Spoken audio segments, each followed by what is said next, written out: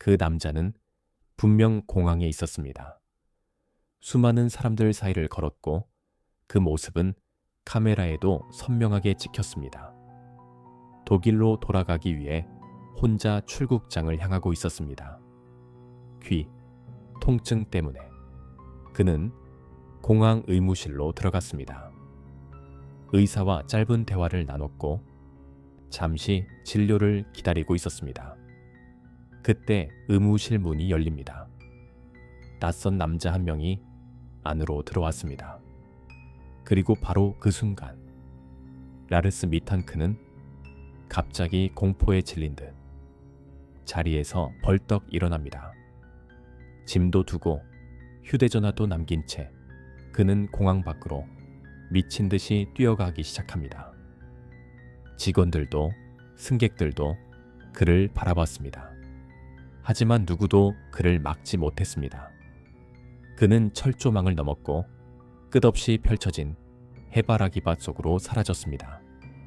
그리고 그날 이후 라르스 미탄크를 다시 본 사람은 아무도 없었습니다. 2014년 불가리아 바르나 공항. 한 남자가 사람들 눈앞에서 사라졌습니다.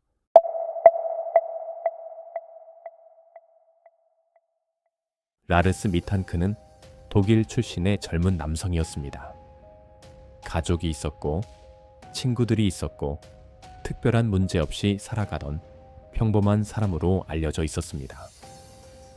2014년 여름 그는 친구들과 함께 불가리아로 여행을 떠납니다.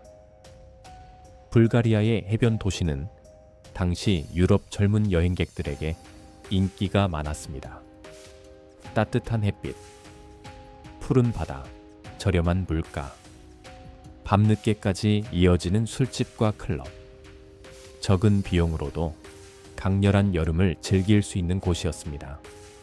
라르스 역시 그저 평범한 휴가를 보내고 있었습니다. 친구들과 식사를 하고 해변을 걷고 맥주를 마시고 웃으며 사진을 찍었습니다. 누구에게나 있을 법한 여행. 잠시 현실을 잊고 짧은 자유를 즐기는 시간. 그 휴가가 전 세계가 기억하게 될 실종 사건의 시작이 될 거라고는 아무도 상상하지 못했습니다. 여행 도중 라르스는 한 술집에서 낯선 남성들과 다툼을 벌였다는 이야기가 전해집니다. 정확한 이유는 지금까지도 분명하지 않습니다. 축구팀 응원 문제였다는 말도 있었고 사소한 시선 충돌이었다는 주장도 있었습니다. 여행지에서 흔히 벌어질 수 있는 짧고 사소한 시비처럼 보였을 수도 있습니다. 하지만 결과는 가볍지 않았습니다. 라르스는 다쳤습니다. 특히 귀 부위를 강하게 맞은 것으로 알려졌습니다. 귀 부상은 단순 통증으로 끝나지 않을 수 있습니다. 어지럼증, 압박감, 이명, 균형감각 이상, 메스꺼움, 불안감, 비행기 기압 변화는 이런 증상을 더 악화시킬 수 있습니다. 현지 의료진은 즉시 비행하지 말라고 조언했습니다. 친구들은 예정대로 먼저 독일로 돌아가야 했습니다. 그리고 라르스만 혼자 남게 됩니다. 낯선 나라에서 몸도 좋지 않은 상태로 많은 사람들은 말합니다. 어쩌면 사건은 바로 그 순간부터 시작되었는지도 모른다고. 친구들이 떠난 뒤 라르스는 완전히 혼자가 되었습니다. 익숙한 언어도 없었고 곁에서 도와줄 사람도 없었습니다. 몸 상태는 좋지 않았고 귀 통증도 계속됐다고 전해집니다. 그는 숙소를 옮겼습니다. 그리고 그 무렵부터 주변 사람들의 증언이 이상하게 달라지기 시작합니다. 라르스는 계속 주변을 경계했습니다. 누군가 자신을 따라온다고 말했고 숨을 곳을 찾는 듯한 행동도 보였다고 합니다. 호텔 창밖을 오래 바라보고 문이 잠겼는지 반복해서 확인하고 복도를 지나가는 낯선 사람에게 지나치게 민감하게 반응했다는 말도 나옵니다. 실제로 누군가가 그를 위협하고 있었던 것인지 아니면 심리적 혼란이 점점 커지고 있었던 것인지 정확히 알 수는 없습니다. 하지만 분명한 것은 라르스가 점점 두려움 속으로 빠져들고 있었다는 점입니다. 라르스는 가족에게 점점 이해하기 어려운 메시지를 보내기 시작합니다. 처음에는 짧은 연락처럼 보였습니다. 하지만 시간이 지날수록 문장은 불안정해졌습니다. 앞뒤가 맞지 않는 말들이 이어졌고 횡설수설하는 내용도 있었다고 전해집니다. 가족은 곧바로 이상함을 느꼈습니다. 평소에 라르스 같지 않았기 때문입니다.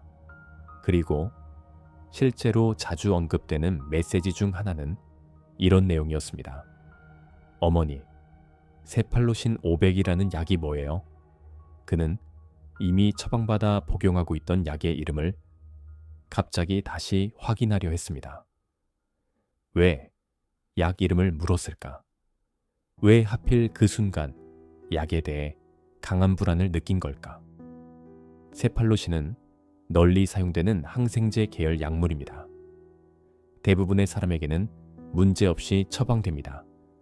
하지만 드물게 혼란, 불안 반응, 편집적 사고, 환각 증상이 보고된 사례들도 언급됩니다.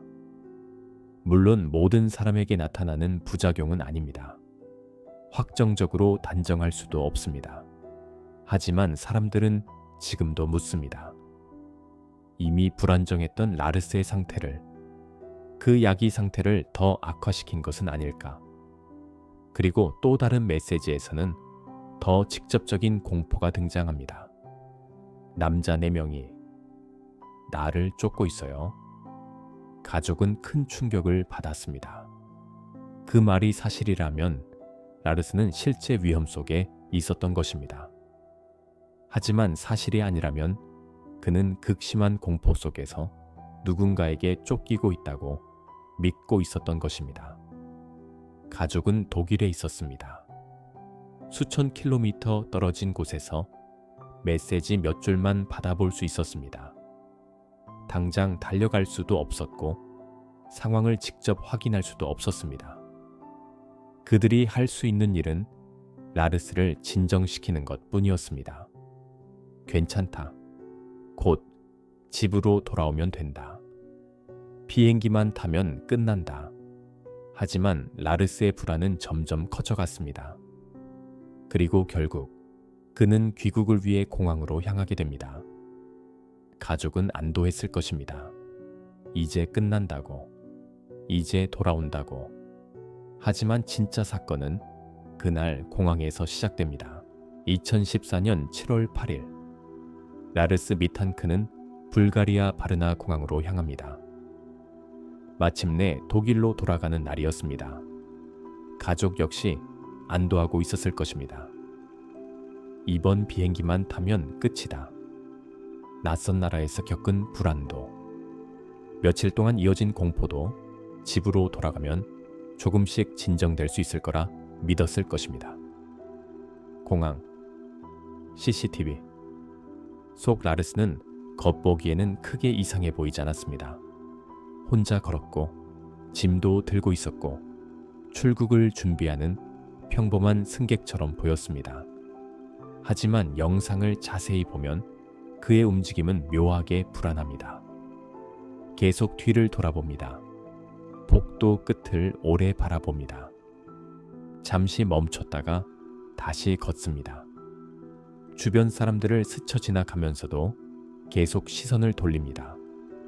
누군가를 찾는 사람처럼, 혹은 누군가를 피하는 사람처럼. 공항 안은 사람들로 붐볐지만 라르스는 그 안에서 혼자 고립된 사람처럼 보였습니다. 그리고 그는 비행기에 타기 전 마지막으로 공항 의무실로 향합니다. 비행 전 라르스는 공항 의무실을 찾습니다. 귀 상태가 여전히 좋지 않았고 비행이 가능한지 다시 확인받기 위해서였습니다. 작은 진료실 안, 책상 하나, 의료 장비, 서류를 정리하는 의사, 그리고 가만히 있지 못하는 라르스. 그는 앉았다가 다시 일어섭니다. 방 안을 서성입니다. 문 쪽을 바라봅니다. 천장을 올려다봅니다. 허공을 응시합니다. 마치 누군가의 인기척을 듣는 사람처럼, 혹은 눈에 보이지 않는 무언가를 경계하는 사람처럼. 의사는 비교적 차분합니다. 서류를 확인하고 진료를 이어가려는 듯 보입니다. 하지만 라르스는 전혀 안정되지 못합니다. 몸을 움찔하기도 하고 갑자기 시선을 고정하기도 하며 입술을 움직여 혼잣말을 하는 듯한 모습도 보입니다. 몇 초 동안 허공을 바라보다가 갑자기 고개를 돌리기도 합니다. 이 몇 분의 CCTV 영상은 지금까지도 수많은 사람들이 반복해서 분석하는 장면입니다. 그리고 바로 그때 의무실 문이 열립니다. 문을 열고 들어온 사람은 라르스와 전혀 모르는 사이로 보였습니다. 공항 관계자처럼 보였다는 말도 있었고, 건설 노동자처럼 보였다는 주장도 있었습니다. 작업복, 비슷한 옷차림이었다는 증언도 있습니다. 정확히 누구였는지는 지금까지 밝혀지지 않았습니다. 그 남자는 조용히 의무실 안으로 들어옵니다. 짧은 순간, 라르스의 시선이 곧바로 그 남자에게 꽂힙니다. 그리고 다음 순간 라르스의 반응은 극단적으로 변합니다. 그는 겁에 질린 듯 몸을 뒤로 물립니다. 당황한 얼굴, 패닉에 빠진 듯한 움직임. 마치 자신이 가장 두려워하던 무언가를 눈앞에서 마주한 사람처럼 보였습니다. 그리고 여러 증언에 따르면 라르스는 이렇게 외쳤다고 합니다. 여기서 죽고 싶지 않다. 정확한 음성 기록은 없습니다. CCTV 영상에는 소리가 없었고 공식 기록 역시 명확하지 않습니다. 하지만 이 말은 사건이 언급될 때마다 반복해서 등장하는 유명한 증언이 되었습니다. 그가 왜 그런 말을 했는지, 정말 그 말을 했는지 확실히 증명되지는 않았습니다. 하지만 중요한 것은 그 직후 벌어진 행동이었습니다. 라르스는 즉시 도망치기 시작합니다. 훗날 의사는 인터뷰에서 말합니다. 처음에는 따라 나가 붙잡아야겠다고 생각했다고. 하지만 그 순간 본 라르스의 눈빛은 너무나도 공포에 질려 있었다고. 단순히 놀란 사람의 표정이 아니라 무언가에게 쫓기고 있는 사람의 얼굴 같았다고. 그리고 의사 자신조차 그 눈빛을 보고 겁이 났다고 말했습니다. 아무런 설명도 없이 라르스는 진료실 밖으로 뛰쳐나갑니다. 문을 열고 복도로 달려나가더니 공항 내부를 전속력으로 질주합니다. 짐은 그대로 두었습니다. 휴대전화도 남겼습니다. 비행기표도 챙기지 않았습니다. 오직 몸만 움직였습니다. 주변 사람들은 놀랐습니다. 직원들은 그를 바라봤고 몇몇 사람들은 걸음을 멈춘 채 지켜봤습니다. 하지만 라르스는 멈추지 않았습니다. 뒤를 돌아보지도 않았습니다. 그 모습은 단순히 급한 사람 같지 않았습니다. 늦은 승객 같지도 않았습니다. 오히려 생존을 위해 도망치는 사람처럼 보였습니다. 공항 직원 누구도 그가 왜 달리는지 알지 못했습니다. 그는 공항 출입구를 지나 밖으로 향합니다. 외부 CCTV는 그의 마지막 움직임을 담아냅니다. 주차장을 지나고 도로 옆을 스쳐 지나고 공항 경계 철조망을 넘습니다. 철조망 너머에는 끝없이 펼쳐진 해바라기 밭이 있었습니다. 노란 꽃들이 바람에 흔들리는 사이로 라르스는 망설임 없이 그 안으로 뛰어듭니다. 그리고 마지막 장면 속에서 그는 거대한 해바라기, 물결 사이로 삼켜지듯 사라집니다. 라르스 미탄크가 사라진 뒤 현지 경찰과 수색 인력은 곧바로 공항 주변 지역을 조사하기 시작합니다. 그가 마지막으로 향한 곳은 공항 외곽의 해바라기 밭과 들판, 그리고 그 너머로 이어지는 숲지대였습니다. 끝없이 펼쳐진 노란 꽃밭, 사람 키 가까이 자란 줄기들, 시야를 가리는 넓은 경작지, 그 너머로 이어지는 공터와 나무지대. 사람 한 명이 들어가면 순식간에 보이지 않을 수 있는 환경이었습니다. 수색 범위는 빠르게 넓어졌습니다. 수색견이 투입되었고 자원봉사자들도 동원되었다는 보도가 이어졌습니다. 공항 주변 도로 역시 확인됐습니다. 혹시 누군가 차량에 태워 데려갔는지, 다른 방향으로 빠져나갔는지, 도움을 요청한 흔적은 없는지 여러 가능성을 조사했습니다. 하지만 결과는 같았습니다. 아무것도 발견되지 않았습니다. 가방도 없었습니다. 옷까지도 없었습니다. 휴대전화는 공항 안에 남아 있었고 그 이유를 보여주는 어떤 흔적도 나오지 않았습니다. 대낮에 사람들 앞에서 뛰어가던 남자가 몇 분 뒤 세상에서 지워진 듯 사라진 것입니다. 시간이 지날수록 사건은 더 기묘해졌습니다. 공항 바로 옆에서 사라진 사람. 수많은 카메라와 사람들이 있던 장소에서 그는 어떻게 그렇게 완전히 흔적 없이 사라질 수 있었을까? 라르스는 분명 기록에 남았습니다. 하지만 그 이후의 기록은 어디에도 남지 않았습니다. 이 사건을 두고 지금까지도 여러 가설이 이어집니다. 첫 번째는 극심한 불안 상태였습니다. 귀 부상, 낯선 환경, 혼자 남겨진 상황, 며칠 동안 쌓인 공포와 스트레스가 한순간 공황 반응이 터졌을 수 있다는 주장입니다. 의무실 안에서 보인 행동 역시 심리적으로 한계에 다다른 사람의 모습처럼 보인다는 의견이 있습니다. 두 번째는 약물 반응 가능성입니다. 그가 복용했던 항생제, 세팔로신 계열 약물, 일반적으로 안전하게 사용되지만 드물게 혼란, 불안 반응, 편집적 사고, 환각 증상이 언급된 사례들이 있습니다. 이미 불안정했던 상태에서 약물이 공포를 더 키웠을 가능성도 제기됩니다. 세 번째는 누군가에게 실제로 위협받았다는 주장입니다. 술집 다툼 이후 그를 노린 사람들이 있었고 의무실에 들어온 낯선 남자를 본 순간 라르스의 공포가 현실이 되었을 수 있다는 해석입니다. 그가 외쳤다고 전해지는 말, 여기서 죽고 싶지 않다. 이 한마디가 그 가설에 힘을 실는다는 의견도 있습니다. 하지만 이를 입증할 직접 증거는 나오지 않았습니다. 네 번째는 해바라기 밭 너머로 도망친 뒤 사고를 당했을 가능성입니다.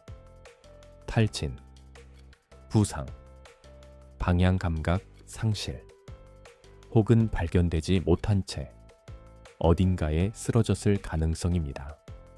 하지만 대대적인 수색에도 결정적인 흔적은 나오지 않았습니다. 그래서 사람들은 지금도 첫 번째와 세 번째 가능성 사이에서 의견이 가장 많이 갈립니다. 라르스의 가족은 그를 포기하지 않았습니다. 어머니는 여러 인터뷰를 통해 아들이 살아있기를 바란다고 말했습니다. 실종 직전 보였던 행동이 평소의 라르스와 너무 달랐기 때문입니다. 그는 가족과 연락을 끊고 갑자기 모든 것을 버릴 사람이 아니었습니다. 아무 설명 없이 떠나 평생 숨어 지낼 사람도 아니었다고 했습니다. 시간이 흐른 뒤에도 가족은 여러 제보를 받았습니다. 독일 거리에서 봤다는 사람, 브라질에서 목격했다는 사람, 동유럽 어딘가에서 봤다는 이야기. 하지만 어느 것도 결정적인 증거로 이어지지는 않았습니다. 시신도 없었습니다. 범죄의 흔적도 없었습니다. 확실한 생존 증거도 없었습니다. 그래서 가족에게 이 사건은 끝난 사건이 아니었습니다. 작별도 하지 못했고 결론도 듣지 못했기 때문입니다. 그들에게 라르스는 사라진 사람이 아니라 아직 돌아오지 않은 사람입니다. 그는 마지막까지 기록 속에 남아 있었습니다. 사람들 사이를 지나 공항을 빠져나가 들판으로 뛰어가던 모습까지 모든 것이 기록되었습니다. 하지만 그 이후 라르스 미탄크는 완전히 사라졌습니다. 시신도 없었습니다. 범죄의 흔적도 없었습니다. 확실한 생존 증거도 없었습니다. 남은 것은 몇 분짜리 CCTV 영상과 끝나지 않은 질문들 뿐입니다. 그날 의무실에서 그는 무엇을 본 걸까? 낯선 남자를 알아본 걸까? 누군가가 정말 그를 노리고 있었던 걸까? 아니면 극심한 공포 속에서 자신이 느낀 공포와 싸우고 있었던 걸까? 그리고 왜 하필 끝없는 해바라기 밭 속으로 뛰어들어야 했을까? 2014년 여름 이후 수많은 사람들이 그 영상을 반복해 봤습니다. 수많은 사람들이 답을 찾으려 했습니다. 하지만 지금까지도 아무도 정확히 말하지 못합니다. 바르나 공항에서 뛰쳐나간 그 순간 라르스 미탄크에게 무슨 일이 벌어졌는지 카메라는 마지막 장면을 남겼지만 진실은 남기지 못했습니다. 다른 기록은 아직 많이 남아 있습니다. 구독하시면 모든 기록을 확인하실 수 있습니다.